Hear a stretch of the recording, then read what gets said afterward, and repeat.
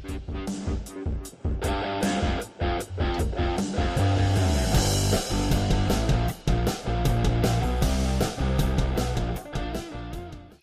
what's going on, everybody? Today is July 1st, 2024, and you are watching the Daily AI Show live. And today we are going to be talking about AI video repurposing.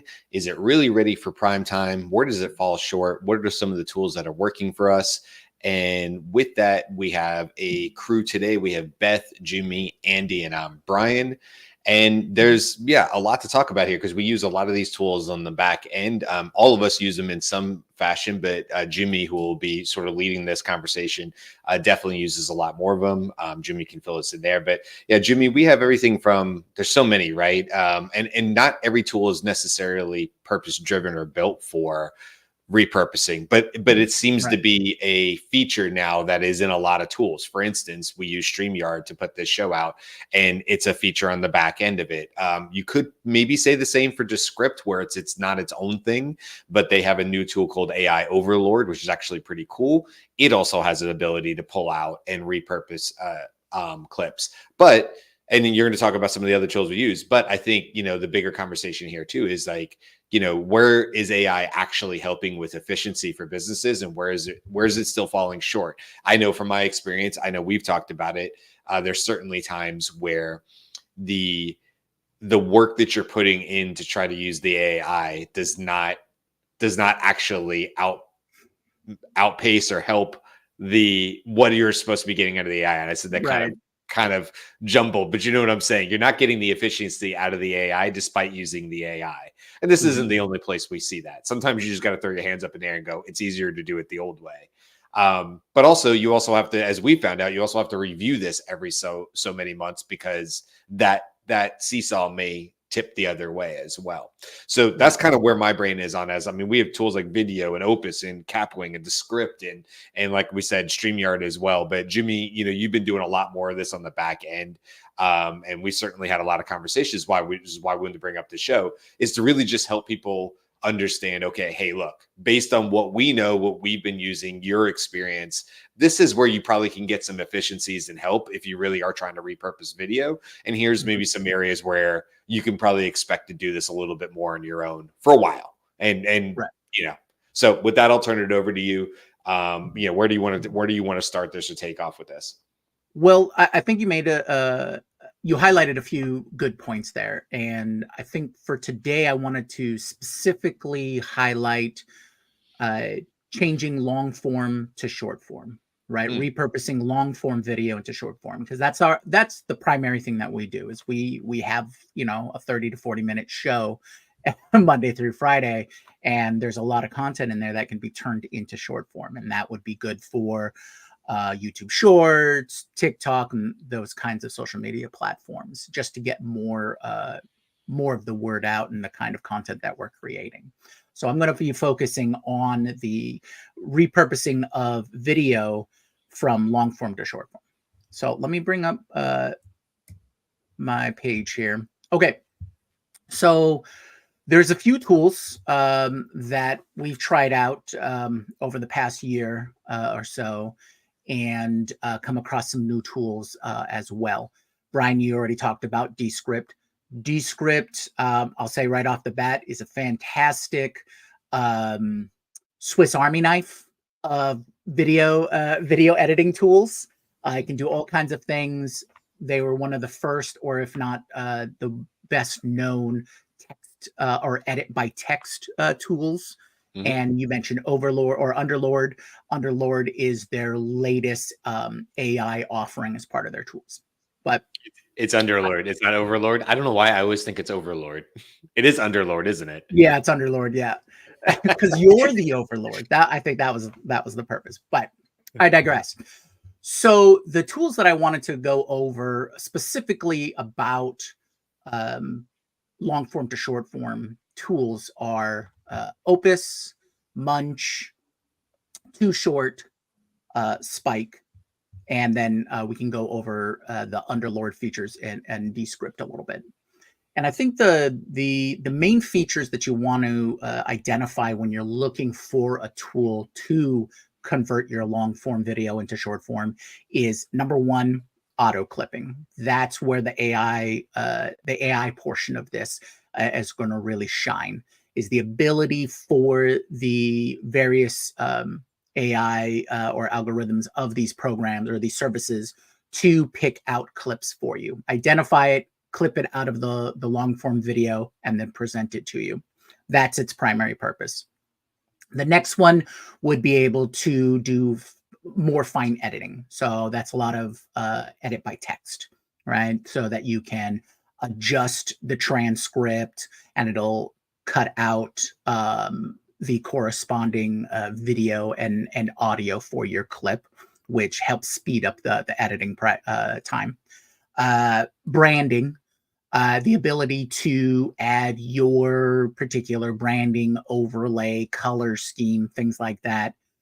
Captioning, which is a big one because that's a major feature of short form video, is being able to caption it with various types of fonts, colors, karaoke style pop-ups, things like that. And these are the features that you're primarily looking for. And then of course, one I think cuts down a lot of time that you'll spend is scheduling. Now, not all of these have this key feature, but I think it's something that you're going to see roll out because it is a huge time saver if you can upload your long form video, get clips from it, make it look the way you want to, and schedule it out to your platforms all within one interface. That will save you an immense amount of time for this whole repurposing. Can I add one more to that, Jimmy, before you move on? Kind of like we've talked about, the holy grail would be that you're not even uploading, that there's some API key. Now, where I'm not saying these exist, we've talked about this. But if you can API it over from, wherever you finished it, we don't have that with StreamYard. It's something we talk about all the time as a pain point. But for instance, when we finish this show, we have two versions of video. We have the total show, which is kind of what you're seeing on your screen, but then StreamYard will also give us high def individual clips. It'll also give Jimmy's sharing his screen right now. It'll also allow us to download not only Jimmy being just him on screen, but individually it'll give him when he was sharing his screen. So sounds great, right? There's like 9 different, if we all shared our screen once on a show, there might be 9 different videos for 4 or 5 of us having a conversation. But right now, Jimmy, the only way to do that is to manually download and then move them to where you want. So I just wanted to throw that out there because you've talked about that a lot. The real holy grail here is that we don't have to download or move it, right? Yes, that would be great. If I could just automate it to where it's all interconnected, that I would love that. That would save me an immense amount of time in post-processing. Okay, so let's go over each of these major features that we're looking for in some of the more popular apps. So we take advantage of Opus clips after some trial and error and testing over the last few months. This seemed to be our best option. What's nice about a lot of these auto clipping repurposing tools is you can grab it from links. Right? As long as the link is a public link, you can grab it from YouTube, and they'll grab the video and edit it from there. And you can see you can have a ton of videos, and we have a ton of videos here now. And then of course you can also upload it. So the main features here are this: grabbing your link initially, then you can, once it's processed, a lot of the features will give you a breakdown of a score, a ranking score, what it thinks is good about this video that it found, right? And allows you to either share it or download it or edit it. And most of them will have an editing feature or an editing page like this. You can edit by text. You'll have your timeline here. Some of them offer the ability to, clean up your uhs and ums and those kinds of words and things like that. And if you take a particularly long pauses, you can clean that up. And some of the features offer looking for B-roll or generating B-roll. And you can see By the way, here, this is, go there's ahead. nothing more humbling, right, Jimmy, than when you're doing the editing. When I do just my video, now it's literally just when I was talking on screen, the script will usually, for a 40-minute show, have something like 170-ish pauses, ahs, or words it feels like are filler that Yeah. don't need to be in there. Nothing more humbling than watching yourself and thinking like, yeah, I really nailed that point and I did it consistently and efficiently. And then one of these tools is like, there's 170 things you could have not said right now. Oh, okay. Right. Yeah, Right. And I think it is helpful over time it to is. realize, oh, I paused a lot there. I said Yep. 50 times. Okay, well, I've got to practice that. But you're right. It is humbling when you can say, oh, look, here's this one video that I can clean 29 ums and pauses from. Yep. Okay, hold on. Not I've got to shocking that fix it's one of something mine. here. Right. So so you can see it's in this basic framework this is where you can change out your layout and captions and things like that.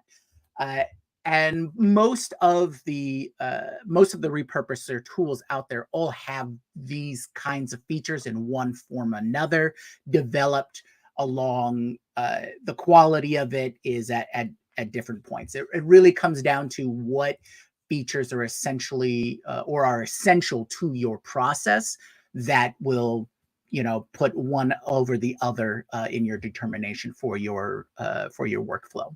Now, for me, what I really do like is part of the auto clipping is having the ranking feature, having a breakdown of what these individual scoring is, so I can understand why it picked the video that it did or the clip that it did.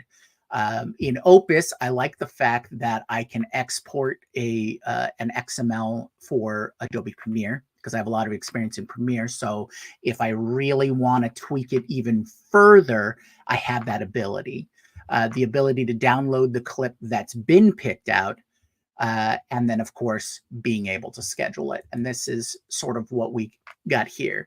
Now, with AI tools, like Brian said, you have to check on it every couple of months because the technology and their feature offerings are changing constantly, right? So this scheduling thing just came out like 2 months ago for Opus Clip, but it's working fantastically. We primarily release both to TikTok and YouTube Shorts, and I'm able to adjust what the output is for both the description and the title there.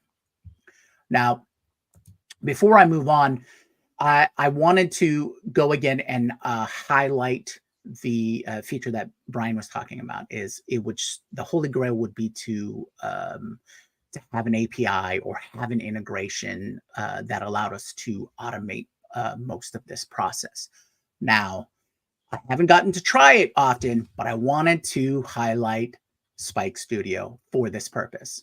It does not have all of the features that I get from Opus, right? It does have the generator, but the big thing that Spike has is they just introduced an API. So that's something that I'll have to investigate further down the line. But if it's as good as it claims to be, I think that'll be one of those tipping point kind of features. Can you Now, talk about that really quick, Jimmy? Just the sure. API. What would that give you? Because I'm not sure that everybody knows. I know we talk about API and we talk about OAuth and we kind of breeze past them, but just if I'm somebody who's like, you know what, I really see the value in doing personal branding for my company, which by the way, you should. But let's say you're a CEO or a CXO or something like that. You're like, listen, I feel like as far as a differentiator in today's environment, I need to get on LinkedIn and I need to start putting out some more content so my customers better understand who I am, because I'm a face of the company and that's important. Mm-hmm. I'm gonna have my such and such at my company help me out. They say they're going to give me like an hour-long video and we're going to chop this down. So you're talking through that process now, but like, what would an API give that person truly? Like, what does it mean that we could throw it into Make or Zapier? Is it something different? Like, where would you see a huge advantage if Spike all of a sudden had these API connectors? Right. So the main thing that an API gives you is it gives you access to the features of whatever service it is, but on the back end. And because it gives you access on that back end, you can automate a lot of it, right? So you can come up with a way to access it, whether that be through an automation service like make.com or Zapier or anything like that, where you can send requests to do X. Like, I want you to auto clip this video. Here's a video, auto clip it for me. All right. And that can be automated. Right now, all of these services is you manually going in, telling it, go to this link, download this video, or upload this video to the service, then click on the next piece and go, hey, I need you to auto clip this. And then going into the editor and saying, hey, can you take these words out? Can you shorten it down from 59 seconds to 50 seconds? Let me add my branding overlays and template to it. I need you to adjust the aspect ratio. And these are all manual processes. With an API or with an automated integration, what you can do is you can give all the commands via the backend and automated. So add captions, create a summary, create auto-edited clips. As you can see, some of these are not available yet, but that's essentially what the power of an API or integrated service does for you, is so that you can automate your process and you don't have to do all the manually clicking around. Because a lot of times when you're repurposing the video, the main reason that you're paying for these services or using these services is you want the AI to identify the clips that you're going to use, present it to you, tell you why, and apply your branding to it. And then you can then go through your process at the end and go, yes, no, yes, yes. All right, I want it on these days. Simple, keep it as simple as possible for you, because a lot of that post-production time is spent doing all the manual processes. So that's the strength of the API, and that's why I was really excited to show off on that one. Yeah, same process over and over again, right? Which is usually a great place to figure out whether AI can be part of that work stream. If it's repetitive like that, and this is very repetitive. Now, the content changes, the stuff that's in the video changes, but to your point, Jimmy, a lot of this stuff is very, very repetitive. Like, once I'm done with that process, I'm going to do this, and then this, and then this. And that's right. So to your point, a perfect world, we would still have the human in the loop, because we're not going to say it, in a perfect world with all API connectors, we're probably still not going to say we trust AI enough, or one of these tools to perfectly clip 5 clips in short form out of a long form video. So would you say, Jimmy, a perfect world would be this show ends from StreamYard, there's some sort of connector, backend connector to something like a Spike.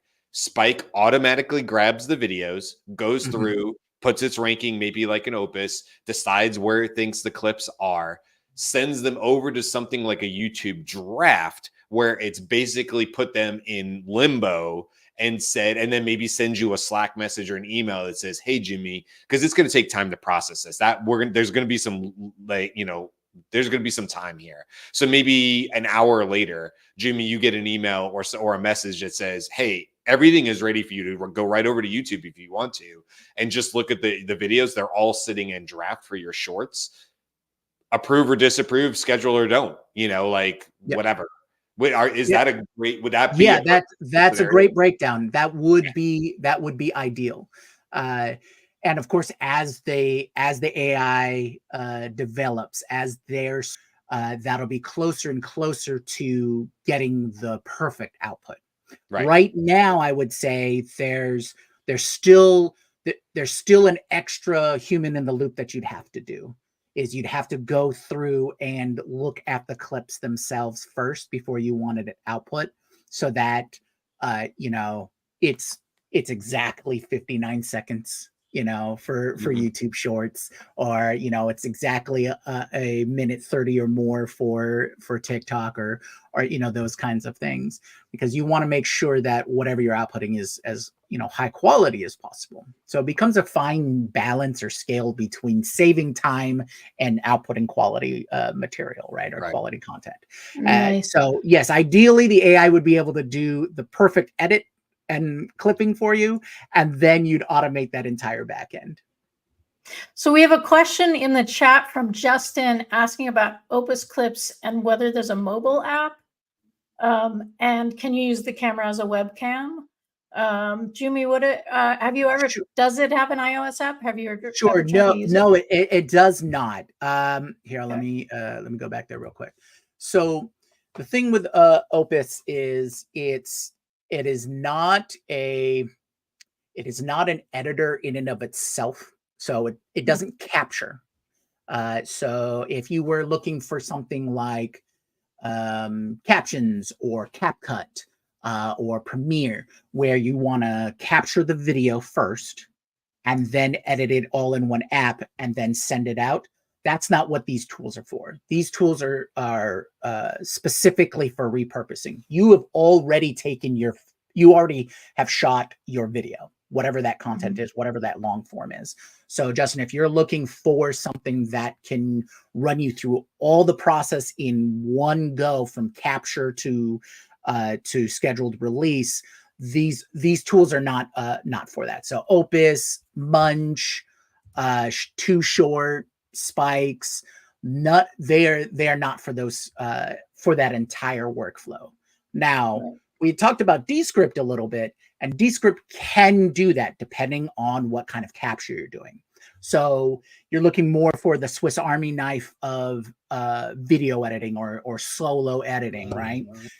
So Descript allows you to capture. They have a record feature, allows you to edit it within the program, and then find clips with its underlord and then schedule it out. So that's probably more of the solution that you're looking for. On that point, for those of us who are not video editing savvy, what I am familiar with is typical video editors show a strip at the bottom of the screen, and you can kind of scroll through that script. You can clip or, cut out a segment that way. In your process using these repurposers, do you look at the output repurposer in an editor and make final touch-ups for those? Or are you really at the point where these repurposers are good enough that it's ready to push? And literally you could automate it so that we don't even look at the clips that are generated for YouTube Shorts, for example, and they go out? Or is there an editing step that you still are performing, Jundi? So what you're talking about, Andy, is the timeline. Yeah, and yes. Every editor has that timeline. The repurposers right now, I'd say their auto clipping feature will get you a good portion of the way. But if you're looking to optimize or to get the best clip from their choices, you still need to edit. You don't necessarily need to use the timeline to edit, because most of these editors come in with edit by text. And that's a feature that was really made popular by something like Descript, so that people who don't have the experience with working with a timeline, they can go in and just like, oh, I don't like this sentence, let me cross that out. And it'll make the choices because it's connected to the video and audio for that clip. But yeah, it's not, I would not say it's quite there. You certainly could, right? So if you weren't too worried about how good the clip was, you could create it in a more automated sense where it clips it, you schedule it, Now for us, my experience with the auto clippers is they tend to either, there's too much, right? If I give it a certain range, because there isn't any that I've come across that can give you an exacting amount, right? Because what you're trying to do is you're trying to get the essence of what the content is, what the subject that you're talking about, or what makes the good soundbite, so to speak. And so that doesn't necessarily always fit in. And sometimes you're tweaking a few words here, a few words there, so that it'll all fit within a specific time frame. Or if you have to adjust for aspect ratio, right? So a lot of short clips for social media is 9:16, which is tall versus, portrait versus landscape. And so you still want to go through that process and finely tune what your clip's going to be. But they are getting better. So as time goes on, and it's the famous the famous phrase of "this is going to be the worst that it ever is."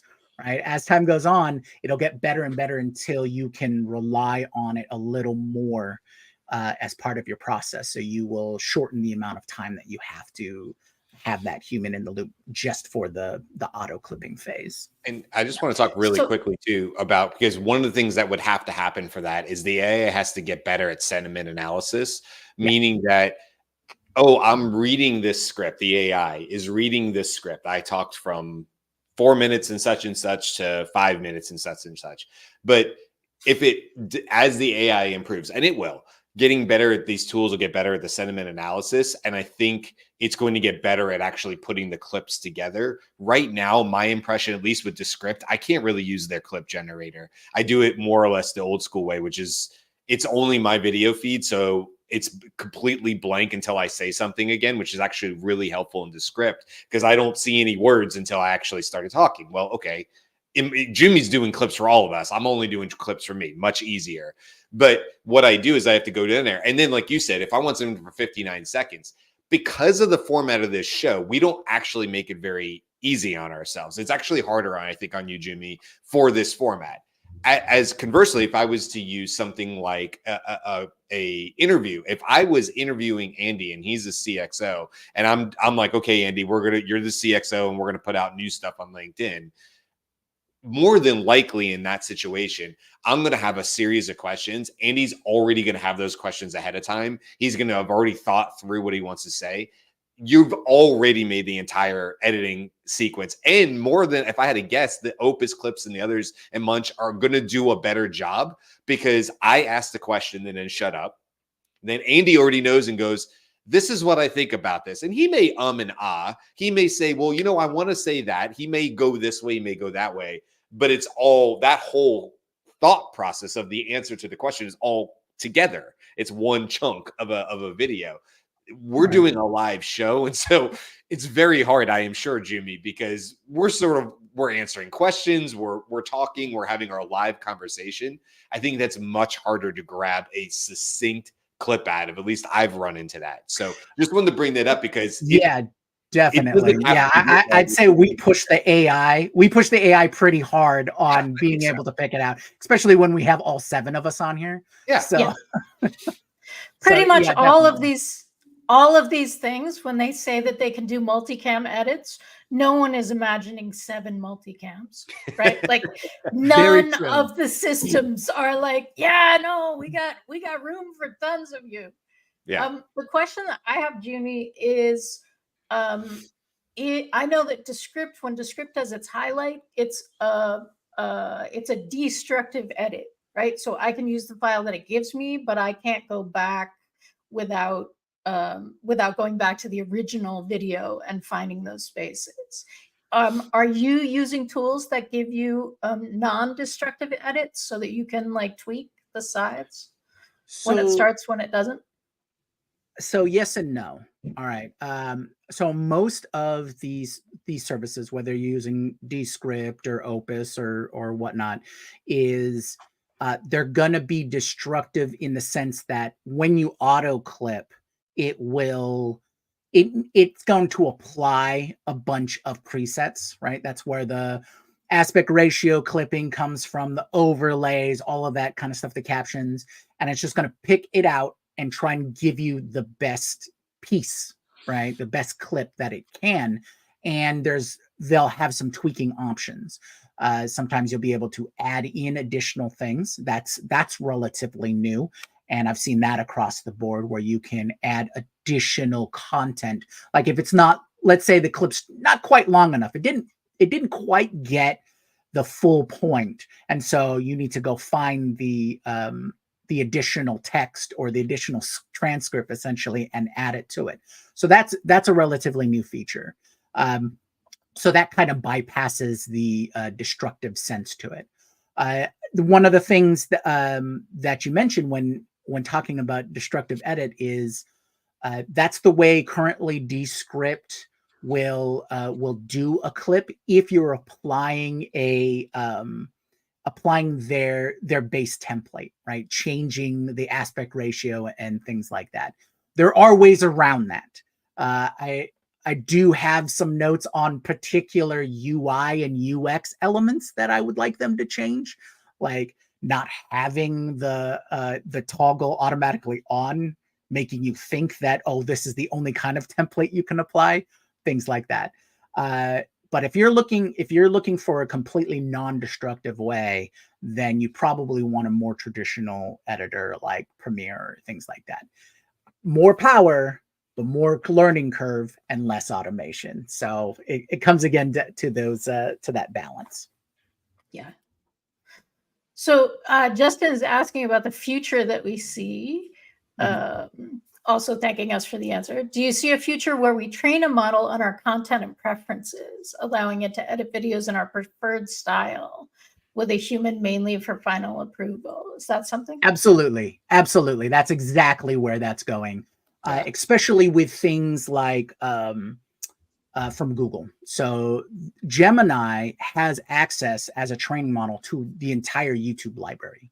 Right. So once it gets to that point where you can say, here's all of my videos, right? This is my talking points. These are my beats. This is how things, how I like to cut in between from, close up to wide, back and forth, all of those kinds of things. And that's where that analysis comes in, going, oh, okay, we can see from all of these examples that you like to do X, Y, and Z.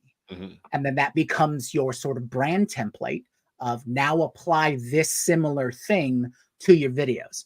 It's also to say that you can do the exact same thing with any source of videos. So it's like, oh, you really like Mr. Beast videos? Well, here's a dozen examples of Mr. Beast videos that I like. Oh, analyze it for its editing key points and its beats and things like that, its pacing.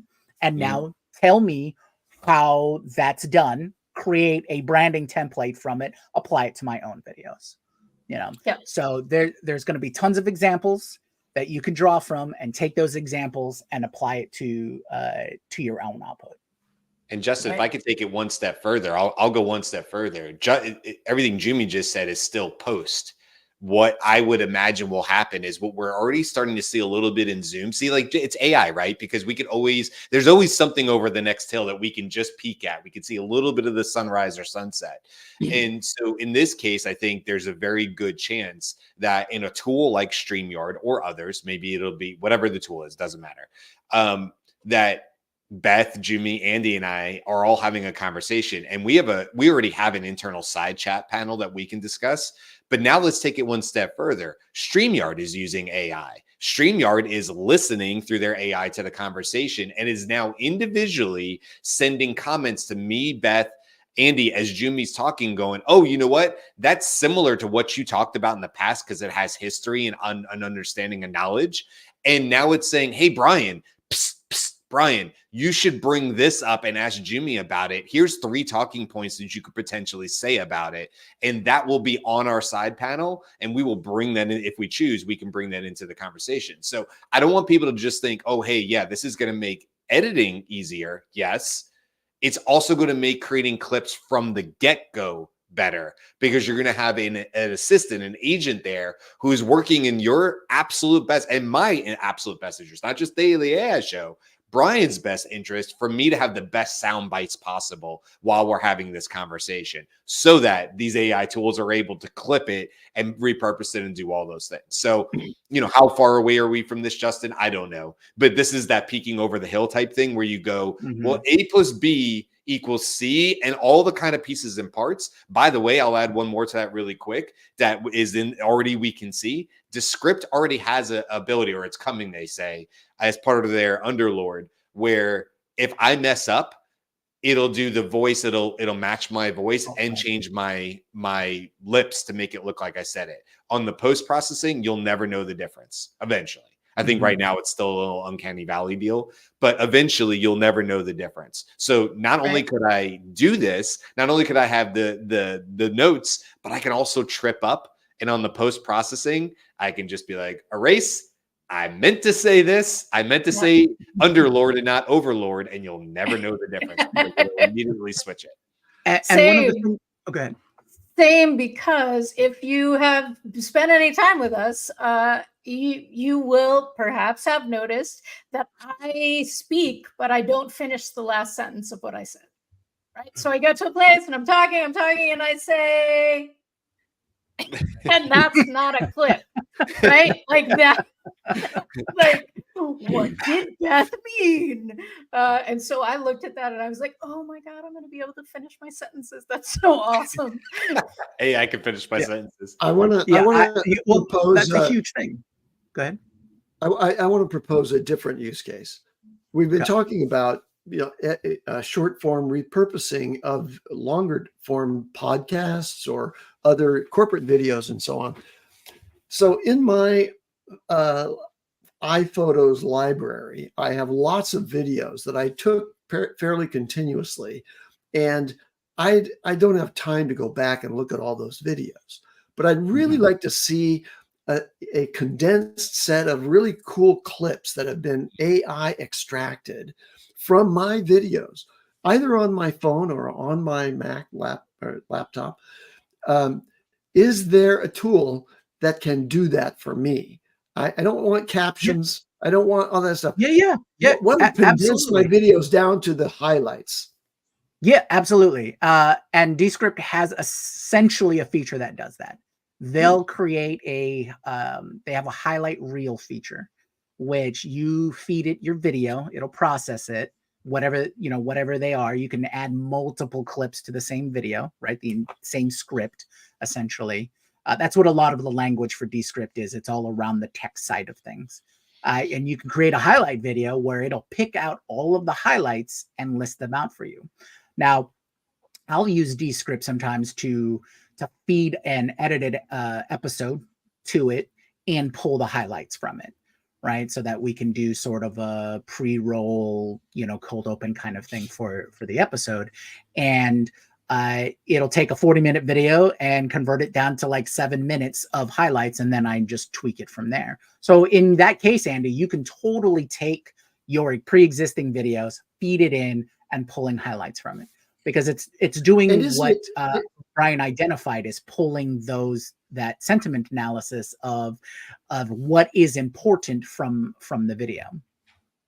Now, is it dependent on there being dialogue in there? Because if I have some videos that are, of a nonverbal child, that's not going to have the script associated with it to do sentiment analysis and that sort of editing. Right. So that is a caveat.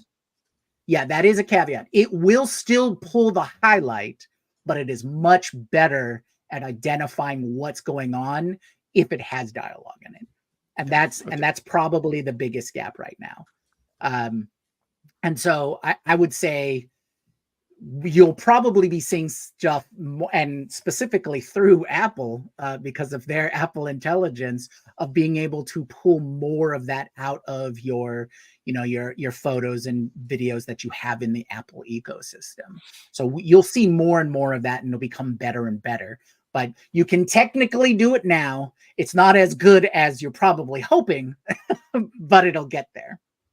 So I'm going to pop in just one thing, and I know Brian's going to wrap us up soon, but I would check out Gemini 1.5 Pro on the back end. So aistudio.google.com, because it can process video, right? Like my secret way that I use this now is because it's very hard to get the TikTok content that I want, not TikTok. It's very hard to get the Twitter content, the X content that I want out of X and into a notes file so that I can talk about it on the show, or I can share it with Daily AI Studio, with Daily AI Show backend. So I do a screen capture of the tweet and the conversation that I'm looking at, and then I give it to Gemini Pro with some prompting, and it pulls out the text. Now that's a basic OCR, so I'm not sure that it's looking at video in the same way, but there's no text. I'm not talking through that, right? It's editing based on what it's seeing on the screen. So, Jimmy, as we wrap up here, I know we didn't get to all your screens. You actually had more to share, but we'll make sure, like, this is a perfect example of these are the types of stuff that we'll make sure it gets into the newsletter. Or when we do our recap show on Friday, this is a great opportunity to bring in some of these that we maybe didn't get to today. But as you know, to give you sort of last licks here, what would you say right now if somebody is in that hypothetical that I gave you earlier, where they're like, "Hey, I'm in a small company, but I know this is important. I just haven't done it yet because I didn't know where to start with it." What's your advice today to somebody if they wanted to get going on this? All right. If their purpose if their purpose is simply to take their long form videos that they have access to and creating a number of social media clips or short form video from it, I would definitely use one of these repurposing tools. It's relatively far quicker than you trying to open up a traditional editor and reviewing it all and grabbing what clips that you want. And then you simply, with these tools, you simply then just give it a once over and make tweaks if you need to. The fact that Opus Clip exists and you can tweak it by text, and it even has its own timeline editor too, and the fact that you can schedule it all in one app, that's my that would be my advice. Is while all of these tools tend to charge you by upload minute or processing minutes, which I don't personally like, but I understand why they do it, it's probably the fastest way. And the fact, if I was going to make a recommendation, I'd say Opus, because it is the least expensive of all of them as well. That's so, not to say it's cheap.